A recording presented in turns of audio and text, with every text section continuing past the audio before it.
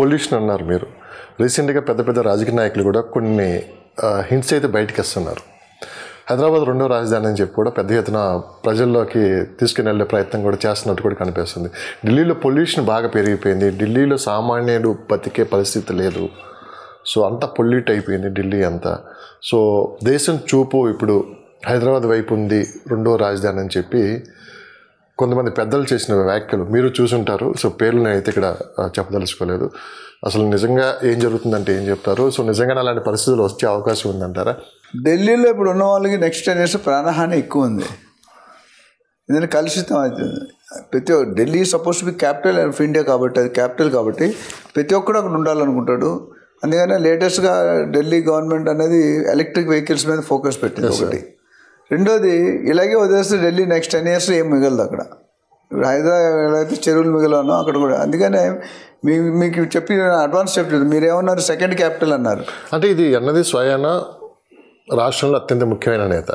ఆయన చెప్పింది ఢిల్లీ ఒకటే కాదు, పూణే గురించి మాట్లాడారు. ముంబైలో అత్యంత కాస్ట్లీ అయిపోయింది ముంబై అనేది, ఇంక విస్తరణ చేయడానికి అక్కడ లేదు. చెన్నై తీసుకున్నామంటే వరదలతోటి ఇప్పుడు వరదలు వచ్చినా చెన్నై మునిగిపోతుంది. ఇంకా చెన్నైలో ఆ క్లైమేట్ కావచ్చు, అక్కడ బతికే పరిస్థితి కూడా. బెంగళూరులో ట్రాఫిక్, బెంగళూరులో ఇంకా అసలుకి ఒక రకంగా మనం మాట్లాడుకున్నామంటే ఇప్పటికిప్పుడు అక్కడ ఏం చేద్దామని కుదిరే పని కాదు. ఇప్పుడు మనందరికీ దేశం మొత్తం కనపడుతుంది ఏకైకది ఒక హైదరాబాద్ అని చెప్పి కూడా ఆ ముఖ్యమైన నేత. హైదరాబాద్ ఇన్ఫ్రాస్ట్రక్చర్ బాగా బిల్ట్ అయిందండి. దాంట్లో ఇప్పుడు వరల్డ్లోనే టాప్ 5 కంపెనీలో ఉంది ఫాస్టెస్ట్ గ్రోయింగ్. ఇండియాలో నెంబర్ 1, నెంబర్ 2లో వచ్చేసింది. అన్ని సిటీలని బీట్ చేసింది. మీరు సెకండ్ క్యాపిటల్ అంటే నేను ఇంకా దానికి ఒక స్టెప్ ఎక్స్టెండ్ చేస్తున్నాను. నాకు తెలిసిన ఇన్ఫర్మేషన్ అంటే సెకండ్ క్యాపిటల్ అయినా చేయాలి, యూనియన్ టెరిటరీ అలాగైనా చేయాలి. లేదా మూడోది ఫస్ట్ క్యాపిటల్ కింద ఆలోచిస్తుంది. ఈ పొల్యూషన్ ప్రాబ్లం వచ్చాక Hyderabad will be capital of India. అది ఎంతవరకు కరెక్ట్ అనేది మనకి. కానీ నిప్పులేంది పొగరాదు అంటారు కదా, అది ఎక్కడోసారి లీక్స్లు అయితే ఇస్తున్నారు. నరేంద్ర మోడీ గారు is very serious about Hyderabad. ఎందుకంటే హైదరాబాద్ సెంటర్ ఆఫ్ దీంట్లో ఉంటుంది. 4 పక్కల విస్తీర్ణం. ఇక్కడ నుండి వరంగల్ వరకు, ఒకవేళ నిజంగా క్యాపిటల్ అయితే ఇక్కడ నుండి వరంగల్ వరకు మొత్తం సిటీ బిల్ట్ అయిపోతుంది. అంటే అంత ప్లేస్ కావాలి క్యాపిటల్ అంటే, ఎంబసీలు ఇవన్నీ కావాలి కాబట్టి. సో అది వస్తే కనుక ఇంకా ఇప్పుడే ఎవరు పట్టుకోలేకపోతున్నారు హైదరాబాద్ని. అది కానీ ఈ మూడిట్లో ఏది వచ్చినా, యూనియన్ టెరిటరీ అయినా, సెకండ్ క్యాపిటల్ అయినా, ఫస్ట్ క్యాపిటల్. సెకండ్ క్యాపిటల్ అంటే తెలిసిందే, బట్ ఫస్ట్ క్యాపిటల్ అనేది కొత్త స్టోరీ. ఆల్రెడీ సర్వే చేశారు ఒక 10 సిటీలు. మీరు చెప్పినట్టు చెన్నైకి వర్షం ప్రాబ్లం, బాంబేకి sea problem, Bengaluru traffic problem, మిగతా language problem, culture problem, living problem. ఏదైనా ప్రాబ్లం లేకుండా ఏమైనా కనిపిస్తుంది అంటే హైదరాబాద్లో రియల్ ఎస్టేట్ పెట్టుకున్నాడు, లైఫ్ అంతా సుఖంగా ఉంటాడు. ఇప్పుడు ఇదే ఇలాంటి చిన్న చిన్న లీకుల వల్ల అంటే భవిష్యత్తులో రియల్ ఎస్టేట్ మీద కూడా కొంత ప్రభావం చూపించే అవకాశం ఉంది. సో అది అనేది 2025 తర్వాత కాస్త మార్కెట్ పుంజుకునే అవకాశం కూడా ఉంది. అంటే ఇది వాస్తవం నిజమో అబద్ధం ఎవరికి తెలియదు, లీక్స్ అయితే వస్తున్నాయి బయటికి. కానీ మార్కెట్ మీద కూడా కొంత ప్రభావం చూపించే అవకాశం ఉందని చెప్పి డెఫినెట్గా ఉంది. ఎందుకంటే హైదరాబాద్లో ఇప్పుడు రియల్ ఎస్టేట్ వెస్ట్ జోన్లో పెరిగేందుకు కారణం ఐటీ అండి. అఫ్కోర్స్ మిగతా వాళ్ళు కూడా కొంటున్నారు, బట్ ఐటీ 10 లక్షల మంది మనం మాట్లాడుకున్నాం. ఇండియాలో 50 లక్షలు ఉందంటే 10 లక్షలు బెంగళూరు, 10 లక్షలు హైదరాబాద్, మిగతా 30 లక్షలు మిగతా 28 రాష్ట్రాలు, 27 రాష్ట్రాలు. సో ఐటీ వల్ల పెరిగింది. ఐటీకి ఏంటంటే వైఫ్కి హస్బెండ్, వాళ్ళ హస్బెండ్కి 1 lakh, వైఫ్కి 1 lakh, 2 lakhs, 1 lakh ఖర్చు పెట్టడం, 1 lakh ఈఎంఐ కట్టుకోవచ్చు లావిష్గా. కాకపోతే ఇప్పుడు లేటెస్ట్ ఏ కంట్రీ ఎకానమీ అయినా, ఏ స్టేట్ ఇప్పుడు ఇండియా ఎకానమీ బట్టి మన ఆంధ్రప్రదేశ్, మన తెలంగాణ ఉంటుంది. వరల్డ్లో యూఎస్ ఎకానమీ బట్టి కంట్రీలు ఉంటాయి. అమెరికాలో ఏది జరిగితే దాని రెప్లికా అవుతుంది. మనం ఏమంటే అమెరికాలో ఫస్ట్ వాడిన డిజైన్ 10 సంవత్సరాల తర్వాత మన కొత్త డిజైన్. అమెరికా రెసిషన్ ట్రంప్ ఇప్పుడు బైడెన్ ఉన్నప్పుడు ఏం జరగలేదు. అంతకుముందు ట్రంప్ ఉన్నప్పుడు ఈ was always against India, especially ఎందుకంటే ఇమిగ్రేషన్. ఇప్పుడు మన ఎలక్షన్ ఎలా గెలిచాడు, ఇమిగ్రేషన్ నేను కట్ చేస్తాను, అది ఫస్ట్ పాయింట్. మన 6 గ్యారెంటీలో అక్కడ అదొక గ్యారెంటీ, ఫస్ట్ సైన్ అక్కడే పెడతాను. 20వ తారీఖు జనవరి నాడు సైన్ పెట్టేది ఇదే. ఇమిగ్రేషన్ ఆల్రెడీ లిస్ట్ చేశారంట. దాదాపు 2023లో 150,000 మంది పైన వెనక్కి వచ్చారు యూఎస్ నుండి, రకరకాల కంట్రీస్లో. ఈ సంవత్సరం నాకు ఇన్నర్ సోర్సెస్ ఇన్ఫర్మేషన్ అంటే దాదాపు ఇండియా నుండి 20,000 మంది, 18,000 నుండి 20,000 మంది, చైనా నుండి 37 నుండి 40,000 మంది ఆల్రెడీ లిస్ట్ చేసింది.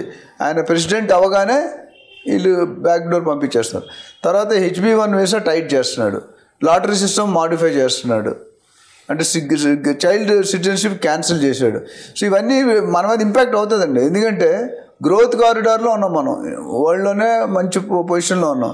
ఇప్పుడు ఇవన్నీ వస్తే ఆ బయింగ్ కెపాసిటీ తగ్గిపోతుంది కదా. ఈ సాఫ్ట్వేర్ ఇప్పటికే నాకు దాదాపు కాల్స్ వస్తున్నాయి. ఒక 10 కాల్స్ వస్తే అందులో 5 కాల్స్ సాఫ్ట్వేర్లు ఉంటారు. Sir I want to do part time real estate, I want to do full time real estate. ఎందుకంటే సాఫ్ట్వేర్లో అంత పెద్ద తలకాయలు తీసేస్తున్నాడు. ఎక్కువగా 5 లక్షలు 10 లక్షలు శాలరీ ఉన్న వాళ్ళందరూ కంటే. ఎందుకంటే 10 లక్షలు ఒకటి పెట్టుకున్న వాళ్ళు చిన్నవాడిని 10 మంది పెట్టుకుంటారు. సో ఓవరాల్ ఈ యుఎస్ ఇంపాక్టు, దాని తర్వాత మీరు చూసుకుంటే గోల్డ్, ట్రంప్ గెలగానే షేర్ మార్కెట్ పడిపోయింది, గోల్డ్ మార్కెట్ పడిపోయింది. గోల్డ్ అయితే మీరు ఎక్కడి వరకు పెరిగిపోయింది, గోల్డ్ ఆల్మోస్ట్ 82,500 24 క్యారెట్ వెళ్ళింది. అట్లానే 22 క్యారెట్ అనేది 75-76 దాకా వెళ్ళింది. ఇప్పుడు మళ్ళీ గత 15 రోజులుగా కొద్ది తక్కువ పడుకుంటుంది. సో ఏదైనా నేను అనుకో నెక్స్ట్ 6 months యూఎస్లో సెటిల్ అయిన తర్వాత ఆల్మోస్ట్ 1,00,000కి వెళ్ళిపోతుంది గోల్డ్ తులం. వెండి ఆల్రెడీ 1 lakh దాటిపోయింది. ఎప్పుడు అది ఒక 1,10,000 1,15,000 అవుతుంది. దీనికి తోడు ఏమిటంటే మీరు ట్రంప్ గెలవడానికి కారణం ఎలాగో తెలుసా? ఎలాన్ మస్క్ ట్విట్టర్ను కొనేసాడు, ట్విట్టర్లో భారీగా క్యాంపెయిన్ చేశాడు. ఆయన నిమిషానికి వేలల్లో సంపాదిస్తాడు. అలాంటి ఆయన పర్సనల్ టైం పెట్టి క్యాంపెయిన్ చేశాడు ట్రంప్ కోసం. ఈరోజు ట్రంప్ గుర్తింపు వరల్డ్లో ఏ పొజిషన్ లేకుండానే నెంబర్ 1లో ఉన్నాడు. టెస్లా కానీ స్పేస్ ఎక్స్ కానీ ఇవన్నీ చూసుకుంటే. ఇప్పుడు ట్రంప్కి యుఎస్ గవర్నమెంట్లో పొజిషన్ ఇచ్చారు అడ్వైజర్గా, డోజ్ అని, డిపార్ట్మెంట్ ఆఫ్ గవర్నమెంట్ ఎఫిషియన్సీ. అట్లా వివేక్ రామస్వామి ఇండియన్, ఆయన వీళ్ళిద్దరిని అడ్వైజర్ పెట్టి గవర్నమెంట్ పనితీరుని అబ్జర్వ్ చేయమన్నారు. మనకి ఇండియాలో పొలిటికల్ అబ్జర్వర్ వస్తారు, వీరప్ప మొయిలీ, గులాం నబీ, వీళ్ళందరూ వస్తుంటారు. అలాగే అక్కడ వాళ్ళు పెట్టి 2026 మన ఎకానమీ బాగా పెరగాలనే ఉద్దేశంతో ఉన్నారు. అంటే ఎలాన్ మస్క్ కానీ గవర్నమెంట్ చేతులు ఉన్నదంటే ఇంకెప్పుడు ఆపలేడు.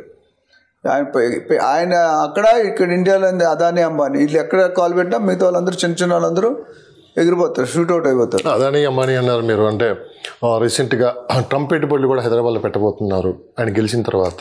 ఎప్పటి నుంచి ఒక ఐడియా ఉందని హైదరాబాద్లో ఇన్వెస్ట్ చేయాలని చెప్పి ఒక ట్రంప్ టవర్స్ కూడా నిర్మించబోతున్నారు. అదేవిధంగా అదానీ కావచ్చు, అంబానీ కావచ్చు, వీళ్ళు కూడా హైదరాబాద్ వైపు ప్రత్యేక దృష్టి పెట్టారని చెప్పి కూడా బయట వినిపిస్తున్న మాట. ఆల్రెడీ సన్నాలు జరుగుతున్నాయండి. నేను చెప్పాను last time, Adani reality is already entering into AP and Telangana.